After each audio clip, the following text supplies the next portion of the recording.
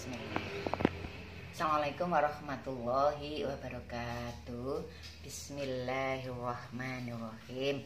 Anak-anak, kita belajar menuntut ilmu dan kita niati ibadah. Mudah-mudahan ilmu kita bermanfaat dan selalu mendapat ridho dari Allah Subhanahu wa Ta'ala. Ini melanjutkan belajar kemarin. Anak-anak sudah membuat kampung virus. Nah, dari virus yang sudah ada ini, bagaimana mekanismenya sehingga bisa menyebabkan penyakit pada manusia. Ini contohnya virus hepatitis. Sebagai contoh virus hepatitis, anak-anak ini mempunyai protein permukaan yang bentuknya seperti ini ya. Punya permukaan bentuknya seperti ini.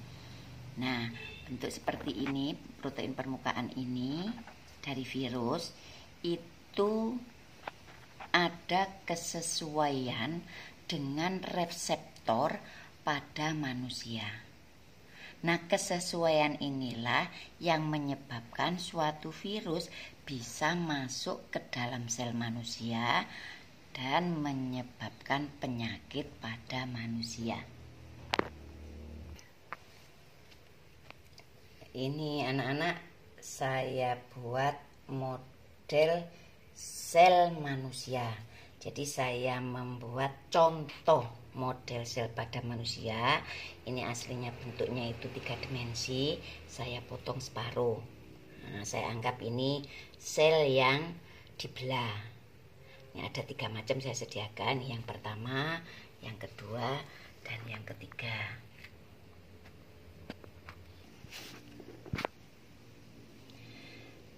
Bagaimana mekanisme penularan virus ini kepada sel manusia? Itu ada kecocokan antara protein permukaan ini dengan reseptor yang dipunyai sel manusia. Sebagai contoh ini adalah ada reseptornya. Cocok dengan reseptor pada suatu sel inang, misalnya sel manusia, maka glikoprotein ini akan nempel. Nah, seperti ini. Karena ada kecocokan. Karena ada kecocokan, dia nempel. Dengan nempelnya ini, maka terjadilah proses endositosis. Sehingga virus ini ya, membran selnya ini bergabung seperti ini dan virusnya jatuh ke dalam seperti itu. Nah, virusnya di dalam, maka virusnya ini akan mengeluarkan inti. Nah, si intinya ini nanti asam nukleatnya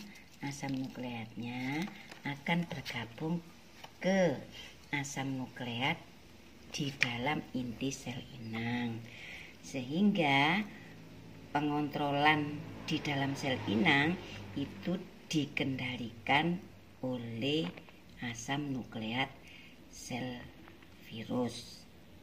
Lama-kelamaan virus berkembang dan sel inang terkalah. Ini akan mati 1, 2, 3 dan seterusnya sel yang akan mati. Maka gejala-gejala penyakit diserang virus akan kelihatan. Kalau tidak diobati, maka akan kita diserang terus. Tapi kalau diobati, maka sel yang sudah rusak karena virus tadi kena obat, akibatnya mati dan kita bisa sembuh. Contoh lain, ini coronavirus itu mempunyai glikoprotein atau spike glikoprotein yang bentuknya seperti ini ya. Seperti segitiga terbalik begitu ya. Nah, seperti ini, berbeda dengan hepatitis B tadi. Nah, ini bentuknya seperti ini, menempel di permukaan virus. Ini disebut dengan spike glikoprotein, spike-nya. Spike glikoprotein ini mencari atau bila masuk ke dalam tubuh manusia, bertemu dengan sel yang mempunyai reseptor yang cocok dengan ini, dengan spike glikoprotein, maka dia akan berusaha masuk dan menyerang manusia. Ini misalnya ada sel. sel ini dilihat reseptornya, mempunyai reseptor ya. Ternyata reseptor ini mempunyai ini reseptor ya, reseptornya mempunyai kecocokan dengan spike glikoprotein ini. Jadi dia cocok. Maka akan terjadi penempelan seperti ini. Nah, karena cocok kan? Karena cocok, maka terjadi menempel seperti ini.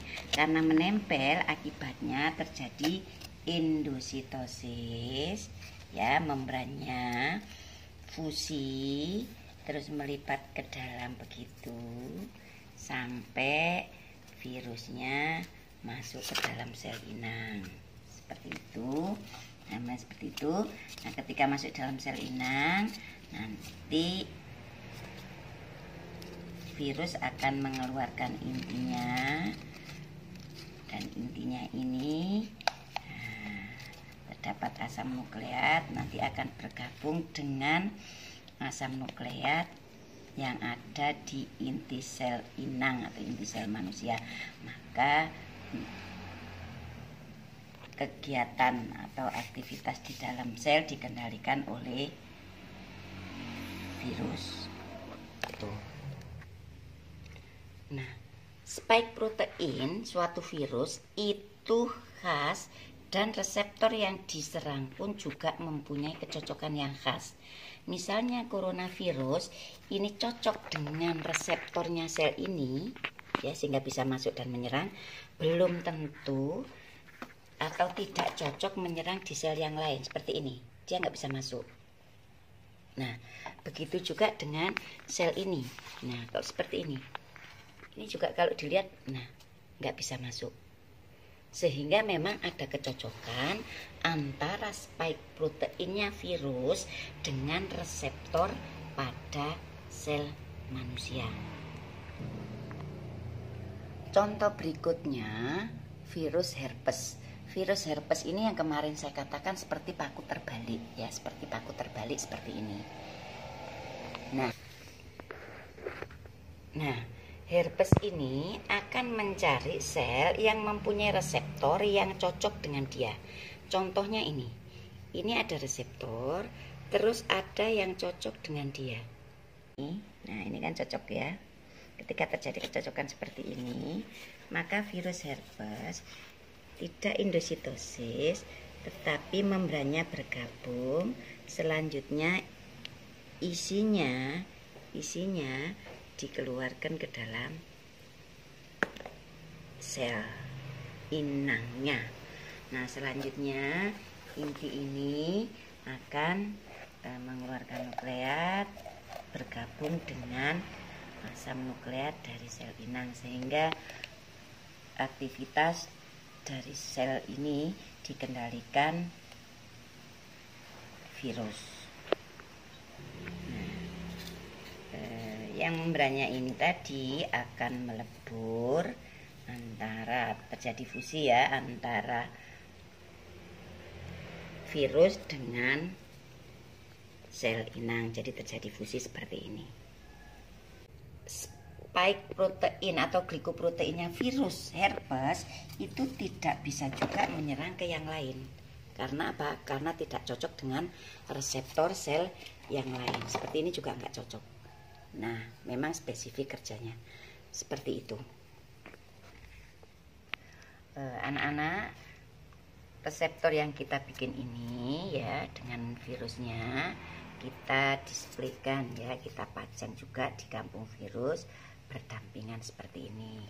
Jadi virus hepatitis B dengan reseptornya, virus coronavirus dengan reseptornya, herpes juga reseptornya, nanti rabies juga didampingi reseptornya, sehingga kampung virus yang kalian buat ini menjadi kampung virus yang lengkap untuk dipelajari, dan mudah-mudahan mendapat ilmu yang bermanfaat, barokah, membawa kita semua selamat di dunia dan akhirat kelak. Kita akhiri dengan bacaan hamdalah. Alhamdulillahirabbil alamin. Assalamualaikum warahmatullahi wabarakatuh.